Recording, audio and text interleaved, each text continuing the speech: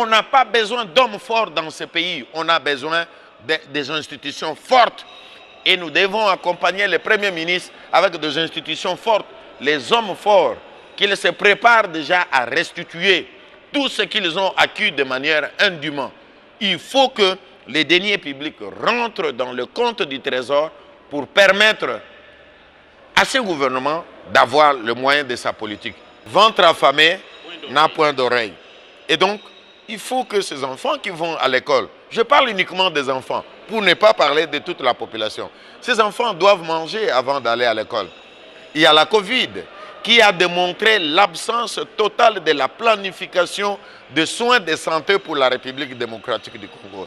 Il faut qu'on prenne des dispositions pratiques pour éviter la contamination et ainsi se projeter dans l'avenir pour que la santé du peuple congolais soit une priorité.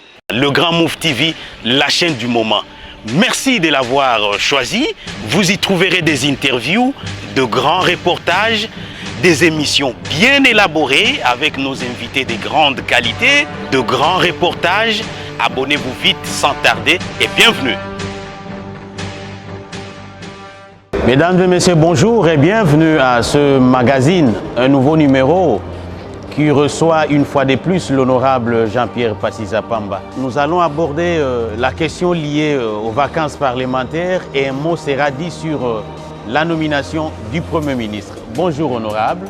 Bonjour monsieur le journaliste. Vous êtes en pleine vacances parlementaires. On commence par quelques nouvelles de votre circonscription électorale. Merci pour la parole. Certainement, vous avez constaté que nous avons eu une session extraordinaire. Sinon, nous serions déjà partis en vacances. Mais maintenant que nous avons fini le travail que le peuple nous a confié avec cette session extraordinaire, maintenant que nous avons embelli, je crois, la situation politique et surtout au niveau des institutions, en mettant en place un bureau définitif qui va aider la République à avancer. Et maintenant qu'il y a eu également la nomination du Premier ministre, je crois que c'est la satisfaction d'un devoir bien accompli pour un parlementaire. Il nous reste maintenant à descendre sur le terrain et à revenir avec les nouvelles informations. Sinon, par le passé, vous savez que je suis tri-élu, si vous autorisez les termes. Ça veut dire pour la troisième fois, vous êtes élu député national. Élu dans la circonscription de Popo-Kabaka, mais je tiens à souligner, malgré cette troisième réélection et malgré tout le plaidoyer que nous avons fait en faveur non seulement du territoire de Popo-Kabaka, qui est ma circonscription électorale, mais de la province du Kwango, je dois souligner à votre intention qu'il n'y a pas eu, depuis ce temps-là, un mètre de route de desserte agricole réhabilité, le pont de Louaï, n'est-ce pas, et même le pont Oudimba, le pont Louaï qui s'est effondré depuis 2016 jusqu'à la date d'aujourd'hui, n'est pas encore réhabilité, malgré tous les efforts, pour ne pas parler des infrastructures scolaires ni sanitaires. Et donc, la circonscription de Popo-Kabaka est totalement enclavée.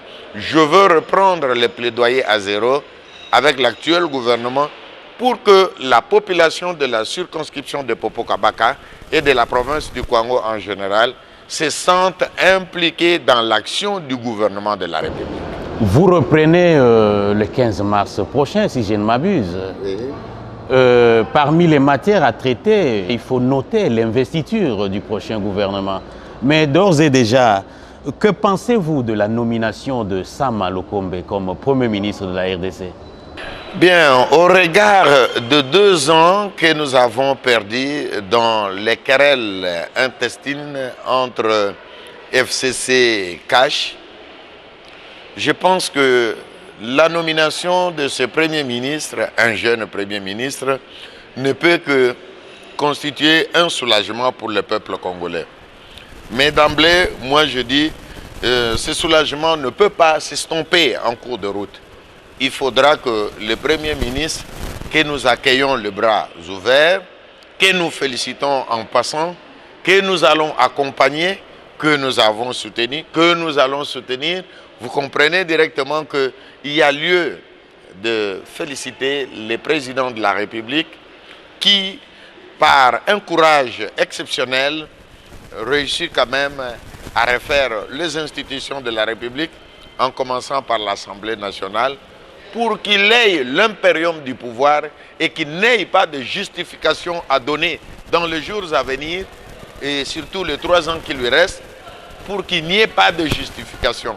Maintenant, il a l'impérium du pouvoir, il a le bureau de l'Assemblée qu'il voulait, qui va collaborer avec des députés de l'Union sacrée que nous sommes, disposés à fournir le maximum, surtout dans les réformes à entreprendre, que nous attendons d'ailleurs du Premier ministre, des réformes dans tout le domaine, je voulais dire, que ce soit sur le plan fiscal, que ce soit sur le plan de la sécurité. D'ailleurs, il faut insister sur la sécurité, non seulement à l'Est, mais la sécurité même dans la ville de Kinshasa, et pourquoi pas dans la circonscription de Popo-Kabaka. Imaginez-vous que les gens qui sont revenus au troc, parce qu'il n'y a pas d'argent qui circule dans la circonscription électorale de Popo-Kabaka, vous allez vous rendre compte que si vous ne savez pas traverser Popo, parce qu'il n'y a pas de route, parce que les ponts ne sont pas réhabilités, parce qu'il n'y a pas d'infrastructure sanitaire, mais comment allez-vous arriver à Kasongolunda, qui est le 2e territoire, je crois, le plus vaste après le territoire de Bafang-Sendé, et qui a plus de 1000 km ou 2000 km de frontière avec l'Angola. Vous vous rendez compte, Popo-Kabaka est enclavé, et c'est par là que passent les voies qui doivent conduire vers ces greniers de la République. Vous vous rendez compte que le Premier ministre, même si nous le félicitons, doit être vertébré, il doit avoir des nerfs solides pour rencontrer très rapidement les préoccupations, surtout que la province du Kwango ne profite pas de sa proximité avec la métropole qui est la capitale, la ville-province de Kinshasa. Et donc, ce sont des données nouvelles sur lesquelles nous allons tabler parce qu'il n'y aura pas de chantier battu. Ce ne sera pas de cadeau avec le gouvernement actuel. C'est un gouvernement que je peux qualifier de combat, un gouvernement qui doit essayer de redonner de l'espoir, quelle que soit la Covid, quelles que soient les autres conditions, les autres problèmes en face desquels il va se retrouver. Sam Alokonde nommé Premier ministre, directement honorable, quels sont les principaux défis qui l'attendent? Je parlais tout à l'heure du fait de redonner de l'espoir au peuple congolais. Ce qu'il doit revisiter l'action gouvernementale. Bien sûr, il doit apporter des réponses à court terme, à moyen terme et à long terme. Mais pour ce faire, la première des choses, pour moi, en tant que président intérimaire de l'Alliance pour la bonne gouvernance... D'abord à court terme, honorable, et que peut-on attendre du Premier ministre? Mais écoutez, d'abord vous avez vu qu'on vient de fixer les calendriers scolaires et les calendriers académiques. Les enfants doivent rentrer à l'école. Ventre affamé n'a point d'oreille. Et donc, il faut que ces enfants qui vont à l'école, je parle uniquement des enfants, pour ne pas parler de toute la population. Ces enfants doivent manger avant d'aller à l'école. Il y a la Covid qui a démontré l'absence totale de la planification de soins de santé pour la République démocratique du Congo. Il faut qu'on prenne des dispositions pratiques pour éviter les contaminations et ainsi se projeter dans l'avenir pour que la santé du peuple congolais soit une priorité. Parce que quand on n'est pas en bonne santé, on ne peut pas produire. Et pour ce faire, il a besoin de la mobilisation tout azimut des recettes de l'État. Il faut qu'il ait le moyen de sa politique. Qui veut parler de la mobilisation veut directement aborder le problème de la lutte contre les antivaleurs, l'impunité, la fraude. Et pour ce faire, des réformes s'imposent. Il faut des réformes à tous les niveaux. À moyen terme? À moyen terme, je parle même de ces réformes-là parce que sur le plan fiscal, il doit revisiter tout ce qui a trait à la maximisation des recettes. Donc les réformes sur le plan fiscal, sur le plan des services de sécurité, de l'armée, de la police, les réformes sur la justice, surtout la justice, parce que la justice, c'est le socle même de la démocratie. Et On ne peut pas parler de développement dans un pays où la justice n'est pas équitable, où la justice n'est pas distributive. Et donc, j'ai parlé de la maximisation des recettes. J'ai parlé de la lutte contre les antivaleurs. Mais il doit formater l'homme congolais. Ça, c'est à long terme. Non, immédiatement. Parce qu'avec tout ce que la société civile a abattu comme travail sur le plan de la sensibilisation, maintenant avec la justice, il doit passer à la vitesse supérieure. Je veux dire quoi? Il y a beaucoup de cas de dénonciation, par exemple de vol, de détournement des deniers publics. Les frontières qui sont poreuses, n'est-ce pas? Et le fisc et les opérateurs économiques, ça donne à cœur joie à maintenir cet imbroglio.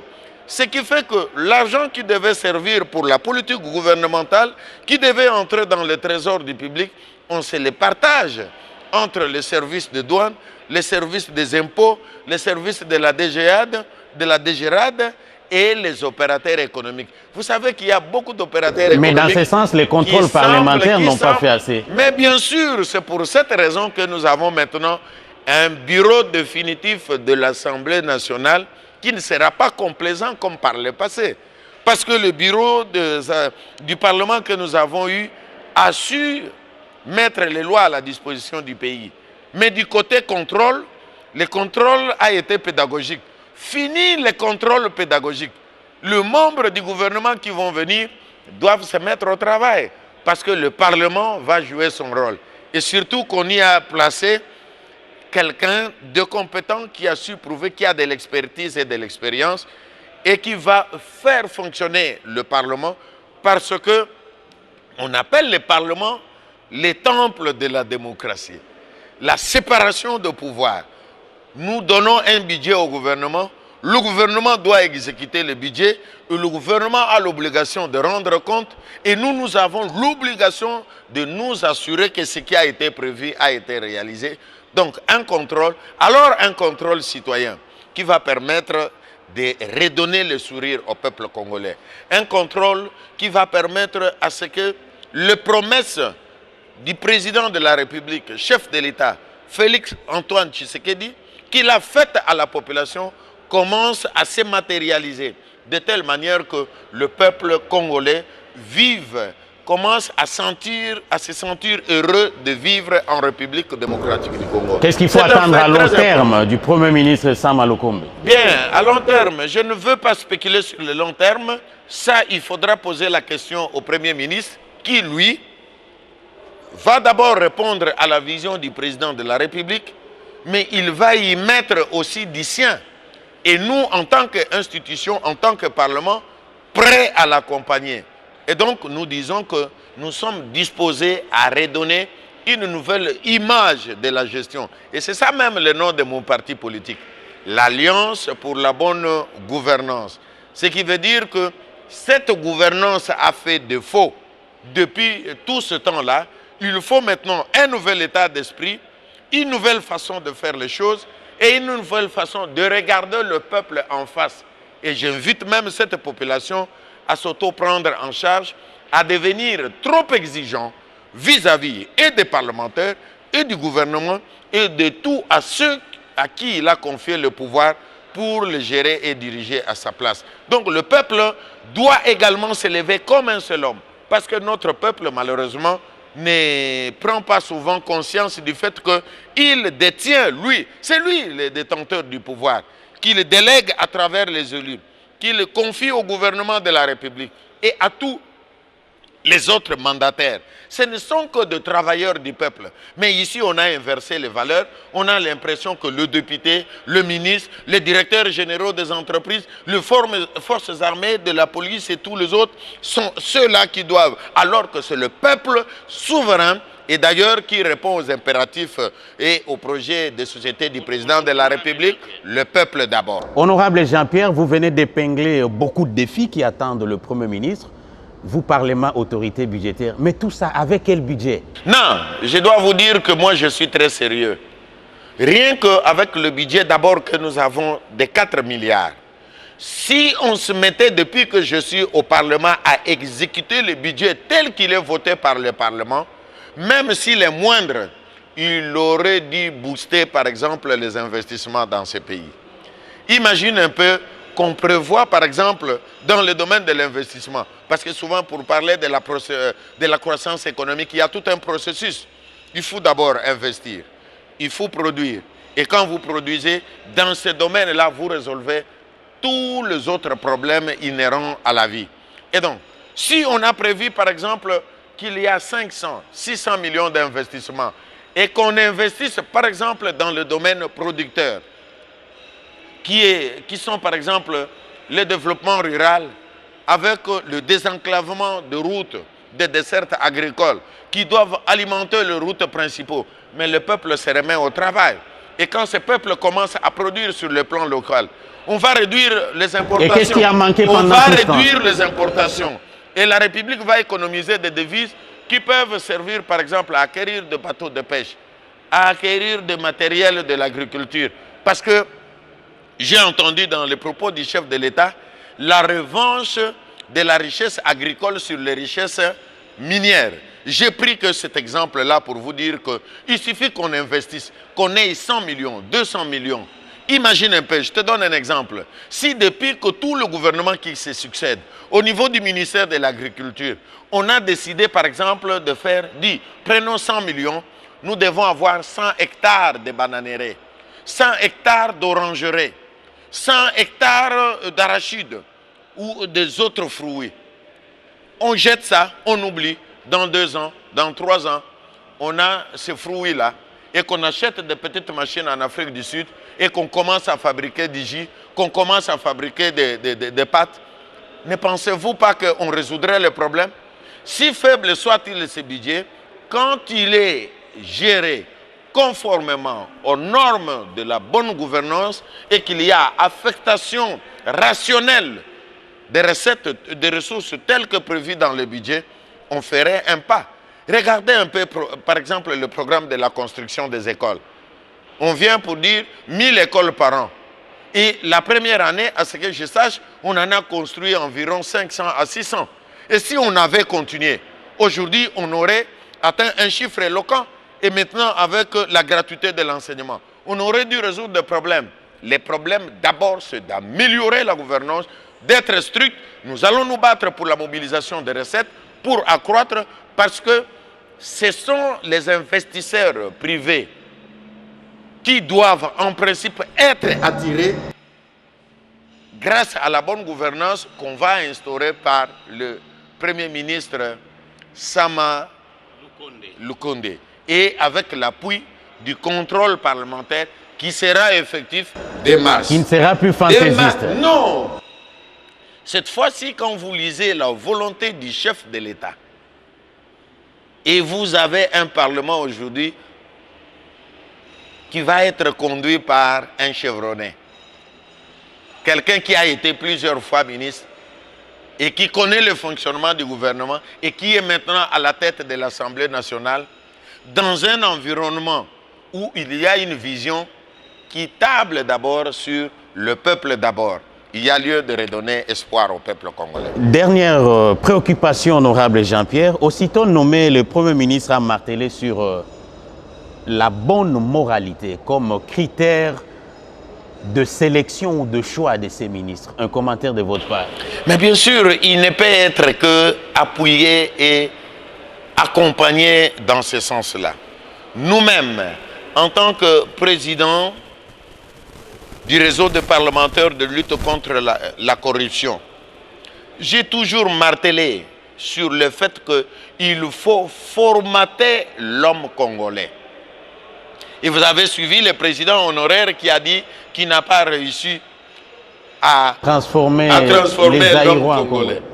Et je crois que c'est une nécessité, c'est un impératif. Et ça veut dire que ceux qui ont les mains sales doivent déchanter. Non, tous ceux-là, ils doivent déchanter. Quel que soit leur militantisme, le Premier ministre doit être très très rigoureux. Et nous voulons voir d'abord un nouvel état d'esprit, comme lui-même qui venait d'arriver. Il apporte une nouveauté et une nouvelle façon de voir. Il doit imprimer dès le départ qu'il ne reprenne pas toutes ces personnes qui, d'une manière ou d'une autre, ceux qui ont été des chantres, des individus, au lieu d'être des chantres de la République. Et donc, nous pensons qu'on doit élaguer. La bonne moralité, c'est le savoir-vivre, le savoir-être. Parce que même la lutte contre la corruption, c'est un état d'esprit. Celui qui a manqué l'éducation dès le départ, même s'il a été instruit, quand à la maison, il a manqué l'éducation, peu importe ce que vous allez dire, ce que vous allez lui confier comme responsable, il va être le même.